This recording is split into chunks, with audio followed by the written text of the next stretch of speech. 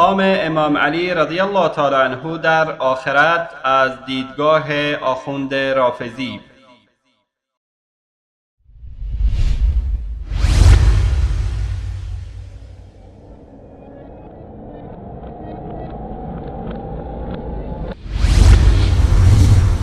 دنیا ایمانش منوط به علی بن ابی طالبه، آخرت هم بهشتش منوط به علی بن ابی طالب.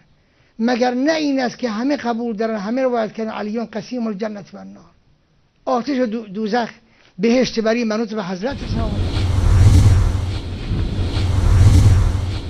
بینندگان عزیز، این است نتیجه غلو و زیاده روی و گزافه گویی.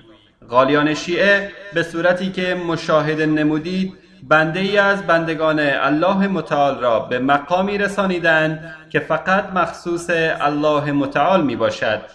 امام علی رضی الله تعالی عنه که خودش باید برای رفتن به بهشت و نجات از جهنم مانند سایر بندگان الله متعال عمل صالح انجام دهد، توسط شیعیان صاحب اختیار بهشت و جهنم می شود و اوست که به جای الله متعال دستور می دهد که فلان بنده را به جهنم ببرند و فلان را به بهشت.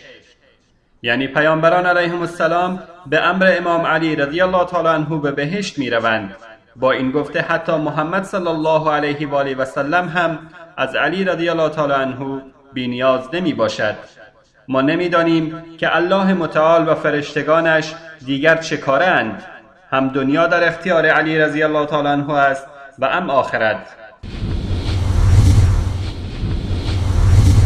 الله متعال می‌فرماید: این حسابهم الا علی ربی لو تشعرون.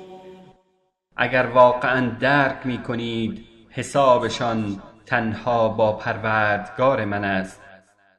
و می‌فرماید: این الینا ایابهم ثم این علینا حسابهم. به یقین بازگشت همه به سوی ماست و آنگاه حسابشان با ما می باشد.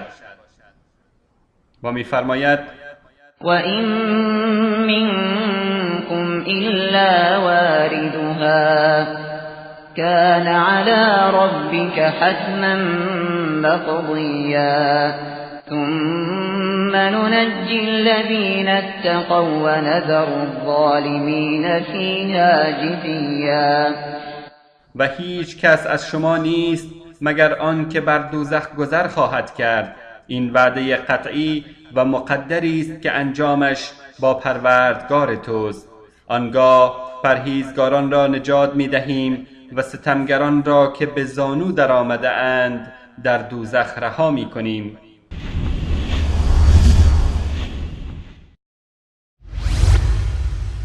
پس می بینیم قرآن کریم بازگشت همه را به سوی الله متعال می داند. حسابرسی را هم حق الله متعال می داند. ولی شیعیان اعتقاد دارند که بازگشت مردمان به سوی امام علی رضی الله تعالی عنه است و باز هم امین امام علی رضی الله تعالی عنه است که به حساب فرد انسانها رسیدگی می کند و مشخص می کند که چه کسی بهشتی و چه کسی جهنمی است.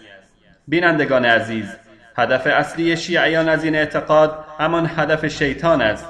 شیعیان با سپردن این همه اختیارات به امام علی رضی الله تعالی عنه در حقیقت می‌خواهند به مردم بگویند به جای رضای الله متعال باید رضایت امام علی رضی الله تعالی عنه را جلب کنند.